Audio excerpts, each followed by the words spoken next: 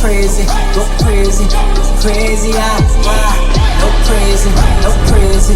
crazy, Welcome back. My name is Xonin, and luckily I will be talking about One Piece this week. Wow, I didn't expect that. We got a 1053.1 chapter drop, which is basically One Piece for dummies, or just like in case you haven't been paying attention to all the minor details. Let's round them up for you real quick, so that going into the final saga, you know exactly what to expect, which I think is cool. I won't be spending too much time talking about it because I don't want to stretch this video out for content, although I probably do need it. But yeah, I just wanted to really quickly go over. I'm just happy to get something from One Piece this week. It reminds me of like the start of Wano. I remember there was something of like an interview or some type of statement that Oda, or I think his team, gave, which is that if you are starting Wano as a new One Piece viewer, or if you're someone who fell off, then Wano is perfect for you because it's like a reset. And I feel like we're going into the final arc, or the final saga, with the same kind of expectation of like, hey, we're just gonna lay everything out for you. Like there's even like the Rocks D Zebek and the Saber of Zebek note that we have in here, and I'm like, oh, like we don't even need theorizers or reviewers anymore if Oda can just do this every so often. But yeah, I really like the panel of Luffy and Kaido announcing like, whoever wins this will become the next Pirate King, or takes a step closer to becoming the next Pirate King, and like that being featured in like just even the way that the panel is even put inside the page, I really enjoyed. Just to really go over quickly, I don't think that Vera is where the last road poneglyph is at. I think it's a good little bait for us, for the fandom. I know that there's probably going to be at least one YouTuber who makes a 10-minute video about the town of Vera, and the conclusion is that we actually know nothing about it. But just to quickly put my 2 cents in, I would say maybe we get like a revolutionary thing, maybe like some backstory to it, because Oda's mentioning it, right? He's not just gonna mention places that they haven't been. He did mention about every island that we know of that the Straw Hats haven't been to, like Raijin Island, which I think might come into play later on, and would be a really clever trick of Oda to focus a whole panel on Vera, but not Raijin, even though we actually, the Straw Hats have seen it and talked about it, rather than Nami just seeing it in the newspaper, reading about it in the newspaper, sorry. So I think that's a really cool addition.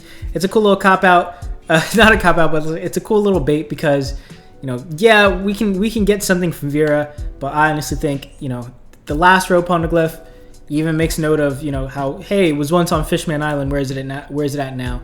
Whitebeard had control over Fishman Island for some time.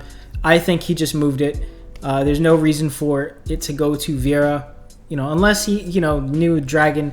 Maybe there's something there. That'd be a really cool reveal, right? If Whitebeard and Dragon actually had something going on behind the scenes. But I think, easiest answer, simplest answer is the right one. And it's more likely Whitebeard just hit it. Marco's probably, if he's still around, right, Marco will probably lead them to it or something like that.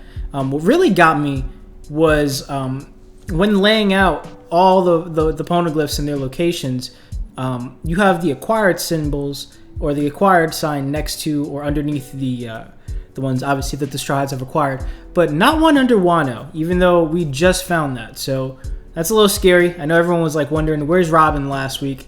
And she was perfectly fine this week, but hey, maybe it's not acquired because Oda's about to have her get kidnapped anyway, and it's because the Straw Hats will never actually acquire it. But since we have Sukiyaki here, he'll be able to translate the poneglyph or something like that. That'd be really fun. But fingers crossed it's not the case. I want Robin to be safe. We do not need to spend any more time going to get Robin, unless she just straight up dies, in which case, wild.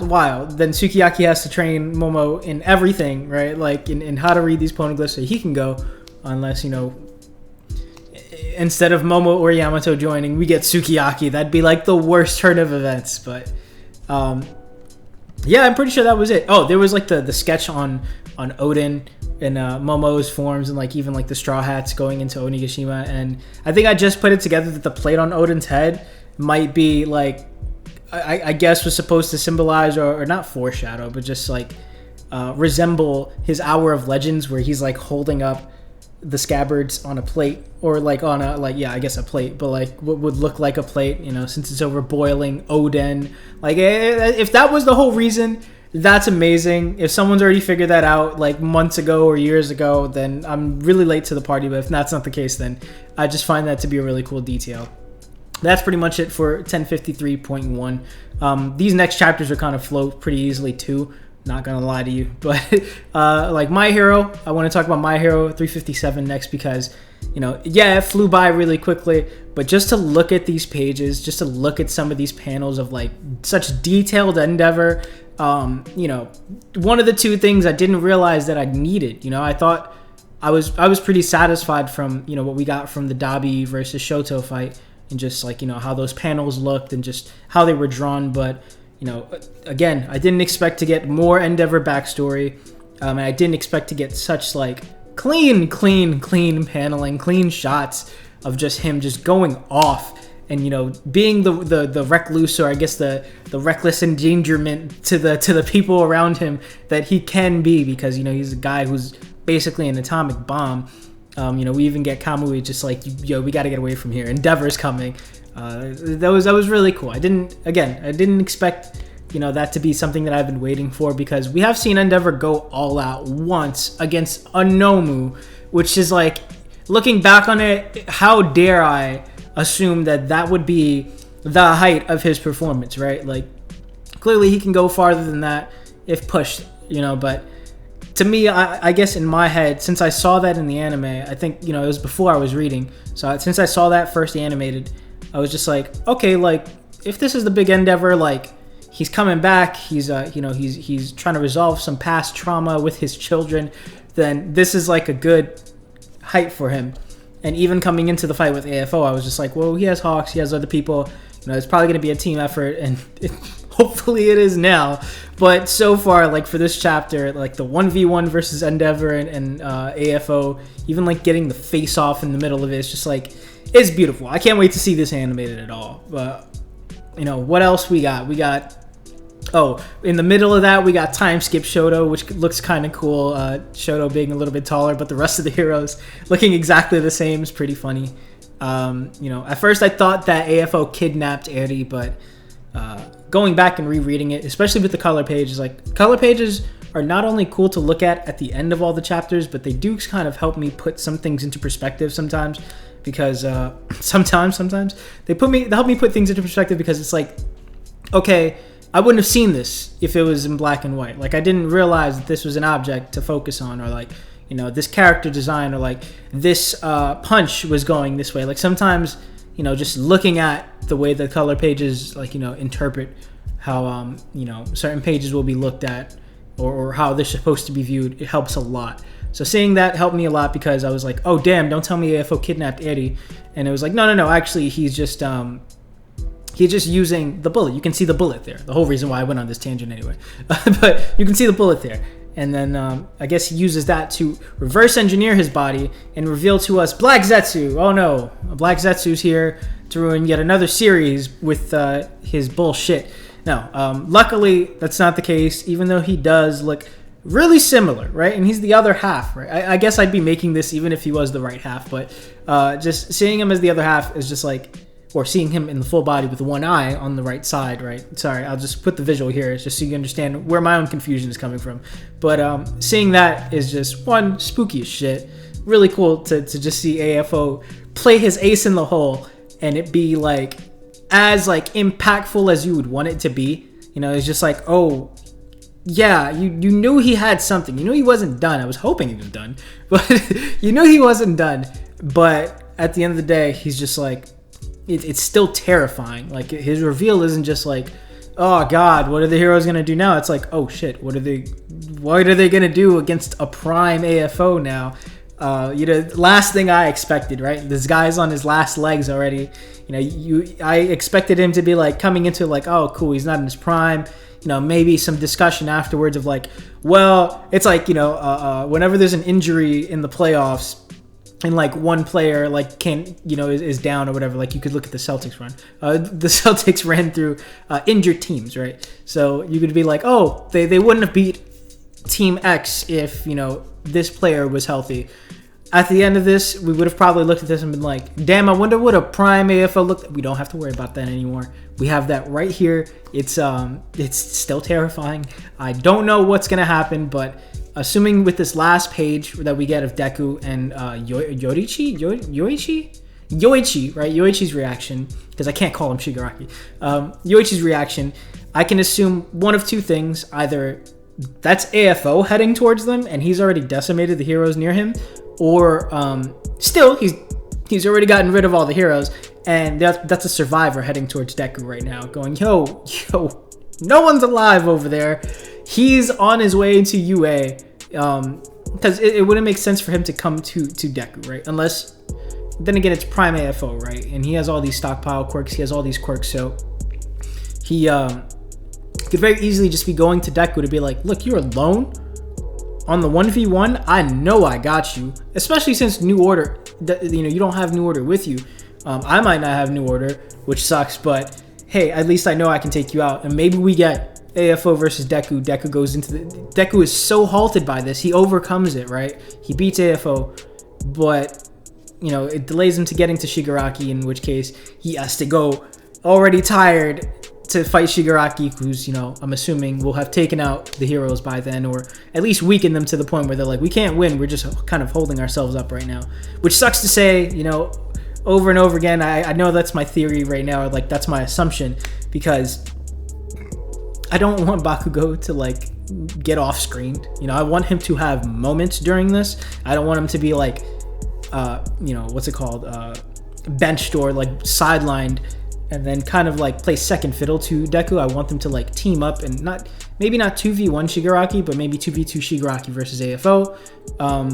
But the last thing I want for Bakugo is just to be like, I'll create an opening for you, right? Like I'll sacrifice myself, or like, I'll do one thing that is impactful that helps you get the win, but I just don't want him to not be there, to not be functional, to not be alive, to not be capable of standing right there with Deku. But yeah, I'm just gonna keep assuming the worst case scenario because it's AFO. We already knew that he was gonna like get goddamn. We already knew that he wasn't like gonna get defeated right then and there. And it seems like Endeavor's pretty tapped out at this point, right? If not, then he's close to it. So if he's gonna get the better of everyone, whether or not he actually got defeated by everyone, my theory was he was just gonna weasel his way out of there. So sticking with that, he's like already gone. Maybe we get a flashback. That's how we'll know exactly what it is if we get a flashback next chapter to the ending of the fight, of his fight versus Endeavor. Then it's like, oh, we know he beat everyone there. So that's, oh man, it's not looking good. It's looking good for Endeavor for the second, but for that chapter. But then at the end of it, it just looks terrible for him. And speaking of people who looked great this chapter, and it's not looking too great for, we'll get into Jujutsu Kaisen 189 as the last chapter of the day of the week. Which, to my surprise, there was a science advisor on this chapter. That was really cool, I guess. But I get, just to start off, Akutami got us all because I assumed, hey, it's going to be a time reduction phase. We're going to be throwing all these balls back and forth, and it's going to be like real pachinko. Not real, that's not happen. That does not happen real pachinko. It's more like this probably. But I assume that's what we're going to get. Fooled us all. It's actually a probability change and instant jackpot, right? I assumed maybe he was just going to be falling and just trying to get them. But no, Hakurei gets it instant, and Hajime's face is just like, oh, what the hell is what the hell is going on? So I found that really cool. And on top of everything, he activates his domain, and apparently you can move the barrier, the location of the barrier, which I didn't know. I wonder how much prep time that requires, right? Did he have to go to the ocean first and like set something there, like maybe place a pachinko ball or something over there to do it? Because it seems like it's not too far from where they're at. It feels like where they're at is like this kind of scrapyard type of thing, which could be by the ocean. But I wonder like how much preparation it takes to do such a thing, because I'm also wondering like if this connects back to Meguni's fight, right? Where when he fought Register, he was able to put him into the pool without him knowing. So they were in a gymnasium, but I still don't really remember the layout of that. So I wonder if it's like he got lucky since he turned the whole gym into his domain, that he was able to just make him backpedal, or, you know, when he threw his domain out, he was able to, like, you know, just move it as well. I'm gonna assume that wasn't the case with him, and this is just me, you know, reaching right now, because Megumi, yeah, he's learned to use his domain quite well, but I would assume that's an advanced technique, or that's an advanced application of your domain or of your barrier expansion to for him to be able to accomplish right now. Even though we're kind of like in an end game scenario, and he should be, you know, learning all this stuff, but I'm just gonna assume he's just not there yet. He's close, but he hasn't, like, you know, used his domain enough to be there. But yeah, moving on. Luckily, you know, Hakure's so strong that he's still able to, like, keep Hajime on his toes with, like, the whole "I'm gonna throw you in water" thing, which makes sense for having the science advisor now. You know, you have to explain this whole electrical current in water. Have to explain why electricity in water is a bad thing. But but yeah, Hajime is still so strong that, yeah, that's a tactic that Hakure has to use. He's so strong that even in immortal mode, he has to strategize. But Hajime is just right there, gets plopped into the water. Right before, you know, right after this battle that we get, right? Like, I can't wait to see this part animated. The fact that they land not in the water, but they land on these curses. Yes, it's been so long since I've seen a damn curse that I forgot what the hell they were called. They land on top of these curses, and they're, like, doing battle on top of them. That's gonna be amazing to see in 10 years, right? But it was cool to see that. And since, you know, Hajime is just, like, all electricity, that's his energy output anyway, then, you know, it didn't take long for him to mess up there, because at the end of the day, that's how you have to block everything. You can't just tank a hit raw. So he had to activate it, but didn't really matter, right? Put him into the water, and the one who suffered from it was actually Hajime. Like, this is such a back and forth between clearly two evenly matched individuals, right? Akutami's really just flexing, and we did get the meta reference, right? Which was that, you know, hey, this guy has me thinking. This mangaka guy, this otaku has me thinking, and I feel like I'm in a manga now. Like, it's like, okay, I guess he's watching my video. No, he's not watching my videos, but, like, yeah, it's good to be right about something that's, like, so stupid. But, like, I was so hyped for it anyway, and so sure of. But really great, because, you know, like, we get all this, like, back and forth. I almost said at the end of the day again. You know, I gotta stop that. But we get this back and forth, and right when you think, oh, Hakure met his win condition.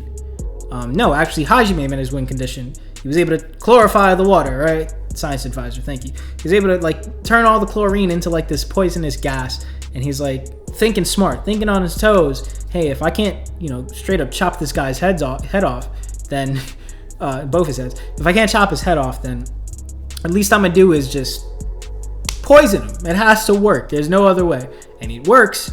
But, you know, luckily for Hakure, he's automatic with it. He doesn't have to think about his regeneration. He doesn't have to be conscious for it.